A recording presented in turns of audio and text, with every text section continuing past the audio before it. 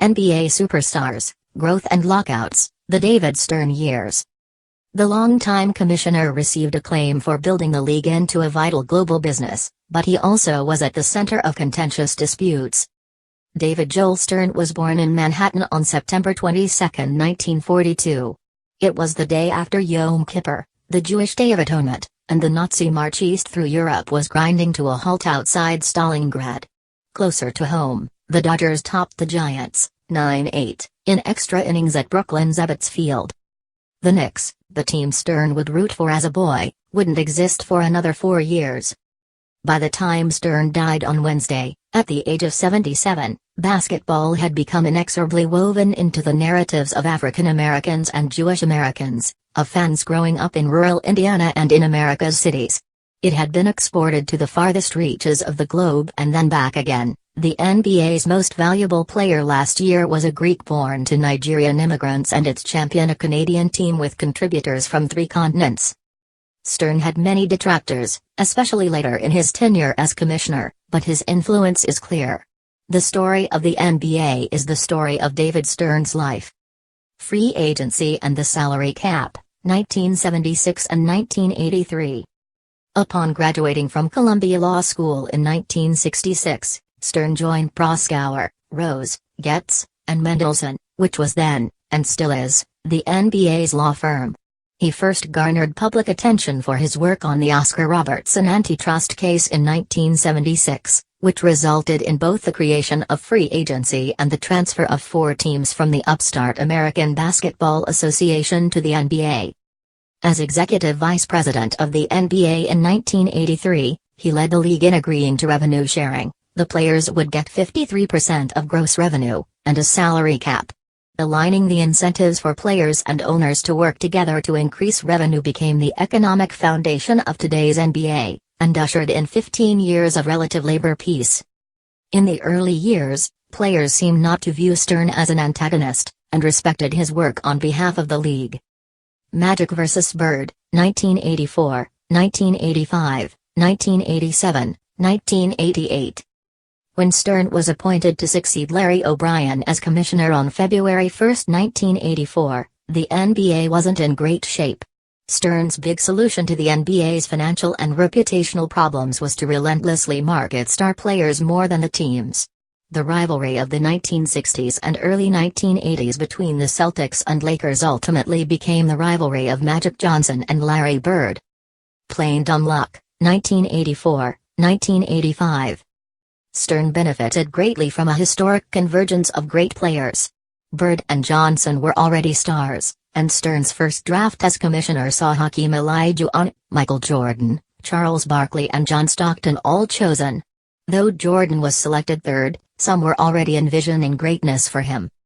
Few could have seen, however, how Jordan's effortless style, boundless athleticism and vicious competitiveness, not to mention his and Nike's marketing savvy, would captivate the public.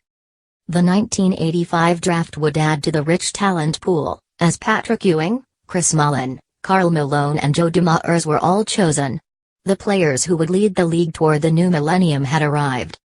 Cocaine, the 1980s. In 1980, the Los Angeles Times reported that cocaine use was widespread in the NBA. It was a problem that repeatedly plagued the league. Basketball owes its ascendance to its players, to their dunks and their blocks, their three-pointers and their air balls, but it also owes it to Stern, the son of a delicatessen owner. Stern's nearly 5-decade association with the NBA drove it from a sleepy league to one with nearly unmatched global and cultural might. In February 1986, Stern banned Michael Ray Richardson, an all-star guard for the Nets, from the NBA for life after 3 positive drug tests. Later that year, N.B.A'S died of a cocaine overdose just 2 days after being selected by the Celtics with the 2nd pick of the draft. The next year 3 Suns players, and 2 former players, were charged as part of a wide-ranging investigation into cocaine trafficking. But the case eventually fell apart and nobody went to trial. International growth, 1989, 1990. Upon becoming commissioner, Stern immediately set out to increase the NBA's international presence. Drazen Petrovic, Vlade Divac, Sarunas Marcelianus and other Europeans debuted in 1989, a trickle of foreign players that would soon become a flood, in part because of the collapse of the Soviet Union and along with it the Eastern Bloc state-sponsored sports model. Overseas exhibition tours increased in frequency, and in 1990 the league held its first regular season game abroad, in Japan. David will never be happy until he's able to walk down the street in Peking and see on every kid's head an NBA cap, said Pat Williams, the general manager of the Orlando Magic, in 1990. And don't think he won't do it. Magic Johnson and HIV, 1991.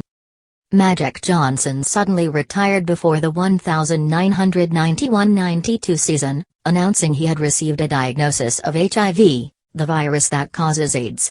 But as major symptoms failed to manifest, Johnson decided he wanted to play again. Because All-Star ballots needed to be printed well in advance, he was the leading vote-getter that season. He asked Stern if he could play in the game in Orlando, and Stern said yes.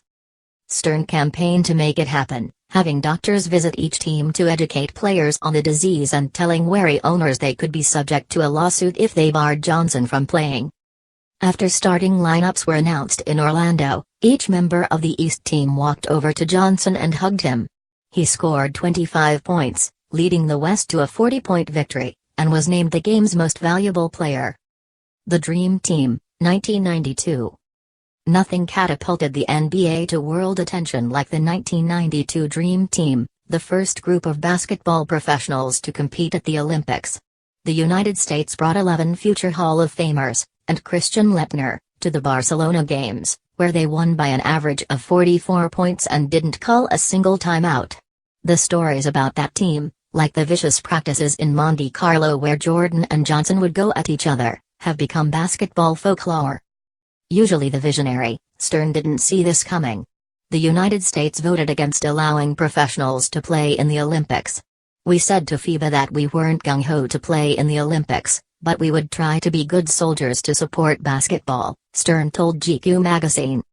Michael Jordan, 1990-1993. After the decline of Magic's Lakers and Bird's Celtics, and a brief interlude by Detroit's Bad Boys, the NBA belonged to Jordan.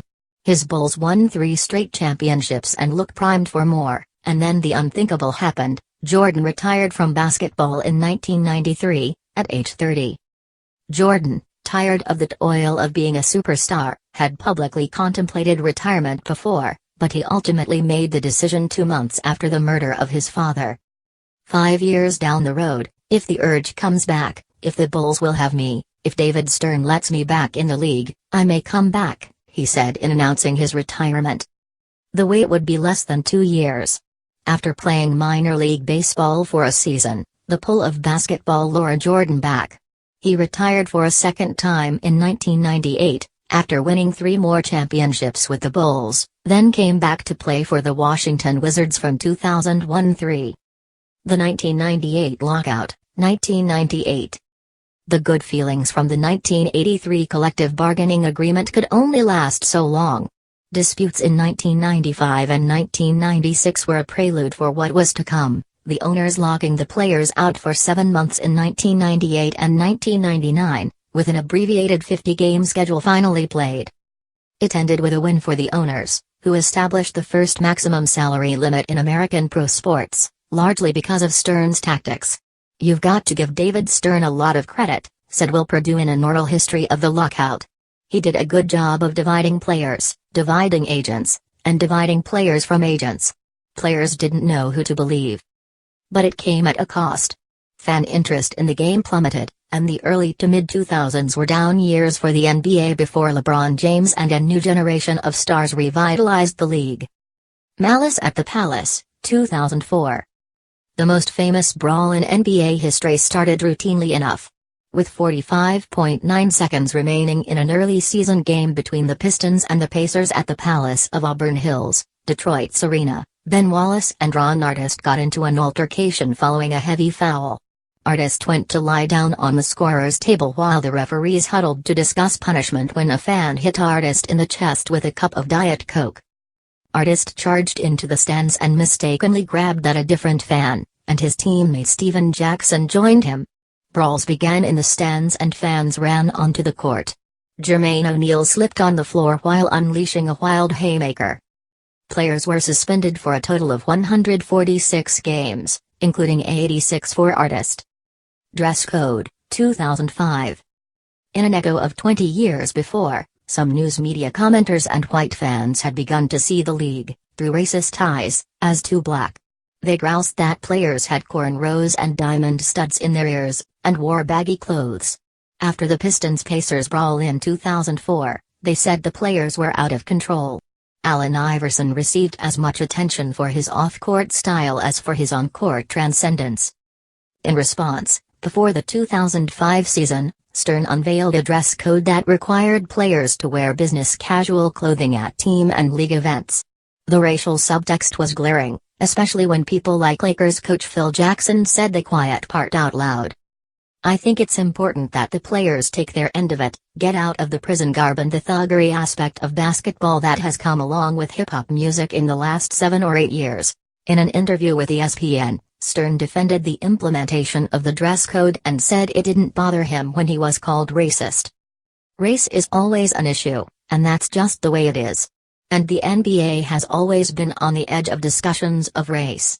At every collective bargaining negotiation, I was accused of having a plantation mentality." Tim Donaghy, 2007. The worst on-court scandal in Stern's tenure kicked off on July 20, 2007, when the New York Post reported that an unnamed NBA referee was under investigation for betting on basketball games he officiated. A month later, the referee Tim Donaghy pleaded guilty to 2 felony charges, and admitted to passing information to bookies. Stern called it the worst situation that I have ever experienced, but insisted it was an isolated incident, while over the years Donaghy has said fellow referees and the league itself were complicit in improperly influencing the outcome of games. A decade later, debate still rages as to whether Donaghy was the only rogue referee or the NBA had missed or ignored more evidence of misconduct. Teamless in Seattle, 2008. When the Sonics owner Howard Schultz couldn't get as much public financing as he wanted for a new arena in Seattle, he sold the team to Clay Bennett and a group from Oklahoma City in 2006. The buyers had recently helped the Hornets temporarily relocate from New Orleans to Oklahoma City after Hurricane Katrina. So while the new Sonics owners said all the right things about respecting Seattle, it was clear their eventual plan was to move the team to Oklahoma. After settling a protracted court battle, Bennett did just that in 2008, leaving Seattle without an NBA team after 41 seasons. Stern's lack of effort to prevent the move, and his years of saber-rattling in an effort to get Seattle to pay for a new Sonics arena, left him persona non grata in Seattle. The 2011 lockout. 13 years after the 1998 lockout, the owners did it again. Claiming a majority of teams were losing money, the owners demanded more of the revenue pot, and eventually got it, winning an increase in their share from 43% to 50%. So what if they had to skip 16 regular season games to achieve it? Unlike the 1998 lockout, the 2011 version didn't put a damper on the N.B.A'S popularity.